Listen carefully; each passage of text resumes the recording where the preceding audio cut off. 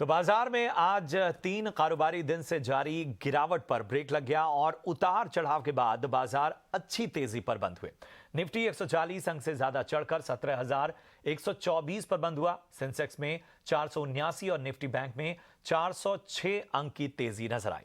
Mid cap index में अच्छी तेजी दिखी। बाजार में इस तेजी की क्या वजह है, बताने के लिए हमारे साथ जुड़ रहे हैं हमारे सहयोगी डिम्पी कालरा। डिम्पी, बताएं आखिर बाजार में रिकवरी की राह नजर आ रही है, दिन भर किस तरह की हलचल नजर आई?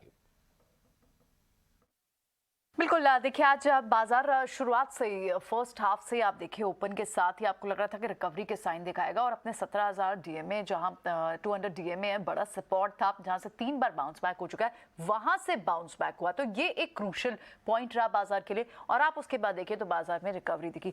लास्ट आवर में, लास्ट 1.5 घंटे में 2 बजे के बाद जो अच्छी रिकवरी बैंक निफ्टी से ब्रेकआउट के साइंस आए और वहां से रिकवरी कैचअप हुई कि हमने देखा बैंक निफ्टी में लगभग 400 पॉइंट्स का मूव दिखा आपको, निफ्टी लगभग 150 पॉइंट की बढ़त के साथ बंद हुआ है। तो ये कुछ मेजर सेक्टर्स जिन्होंने आज कंट्रीब्यूट किया, उसमें बैंक एंड फाइनेंस क्लियरली है। अगर आप निफ्टी के पहले 5 काउंटर्स या 10 काउंटर्स की बात करें, मिड कैप के काउंटर्स की बात करो, अच्छा एफएनओ के पहले 5 से 10 काउंटर्स की बात करें, उसमें आपको बैंक एंड एनबीएफसी के कम से कम 70% काउंटर्स दिखाई देंगे। निफ्टी पर जो बड़े काउंटर्स जिनमें दूसरे जो सेक्टर्स थे जिन्होंने आज कंट्रीब्यूट किया और निफ्टी के टॉप गेनर्स भी हैं, उसमें ऑटो पैक में बजाज ऑटो जैसे काउंटर्स थे। इनफैक्ट अगर आप पहले गेनर्स की बात करें तो उसमें आपको पावर ग्रिड, कोल इंडिया, ये वो स्पेसेस है जो चल रहे हैं, आज भी इनमें मोमेंटम था। इसके अलावा आपको ऑटो पैक से बजाज ऑटो जैसे काउंटर्स, महिंद्रा जैसे काउंटर्स दिखाई दिए। और इसके अलावा आपको दिखे क्लियरली बैंक्स में आपको चाहे वो एक्सिस बैंक हो जो बड़ा टॉप गेनर है, बैंक्स में चाहे आपके लिए इंडसइंड बैंक हो, कोटक बैंक हो, एसबीआई बैंक हो, इन सभी में आपको अच्छी मूव देखने को मिली। तो ये आप पहले 5 इंडेक्स स्टॉक्स देख रहे हैं, लेकिन मेजरली ऑन द लार्ज ये सेक्टर्स थे। एक और जो सरप्राइज सेक्टर जिसकी मूव्स आज बहुत ही अनडिसाइसिव दिख रही हैं वो है आईटी के नंबर्स। एचसीएल टेक और विप्रो के नंबर्स आने से पहले आज दोनों काउंटर्स हैं, इनफैक्ट पूरे काउंटर ने स्ट्रेंथ दिखाई।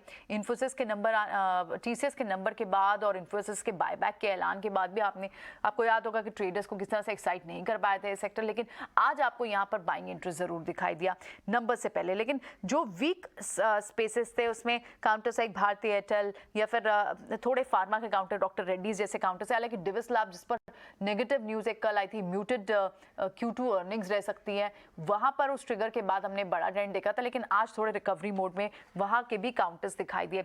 आज उन काउंटर्स में, उस स्पेस में भी बड़ी मूव थी जहां पर डिसइन्वेस्टमेंट का ट्रिगर है। आईडीएफसी फर्स्ट बैंक हो, आईडीएफसी लिमिटेड हो, इनमें इनफैक्ट एससीआई जैसे काउंटर्स में भी, आप कॉनकॉर्ड जैसे काउंटर्स में भी देखें, वहां पे भी कल से एक्शन बना हुआ है। तो ये बड़े काउंटर्स थे जहां पर मूव दिखी। दूसरे कुछ और counters like commercial vehicle finance हो, श्रीराम ट्रांसपोर्ट फाइनेंस हो, महिंद्रा फाइनेंस हो, चोला फाइनेंस हो, इन सभी में आपको मूव्स अच्छी दिखाई। कैनफिन होम्स आपको फिर से रिकवरी करते हुए लगभग वहां पर 490 का 92 तक का टारगेट बनता हुआ दिखाई दे रहा है। एक और स्पेस था जिसने अच्छा मोमेंटम दिखाया क्योंकि वो न्यू स्पेस उसमें एक्शन दिख रहा था, वो था ऑयल मार्केटिंग कंपनी। सब्सिडी की बात यहाँ की जा रही है, उस स्पर्ट में, उस एंटिसिपेशन में वहां मूव थी। और साथ ही फर्टिलाइजर और केमिकल स्पेस के कुछ स्पेस पॉकेट्स लाइक आरती इंडस्ट्री हुई, दीपक नाइट्रेट जैसे काउंटर्स हुए, कोरोमंडल जैसे काउंटर्स हुए, जहां पर मूव देखने को मिली। ओवरऑल हमने 17,000 के बड़े बेस को, बड़े सपोर्ट को जरूर बचाया है। और अब आप यूएस फ्यूचर्स को देखें तो वो भी प्लस दिख रहा है, तो शायद साइंस यहां से दिख रहे हैं कि बाजार कल तेजी में दिखेगा आपको। शुक्रिया करेंगे।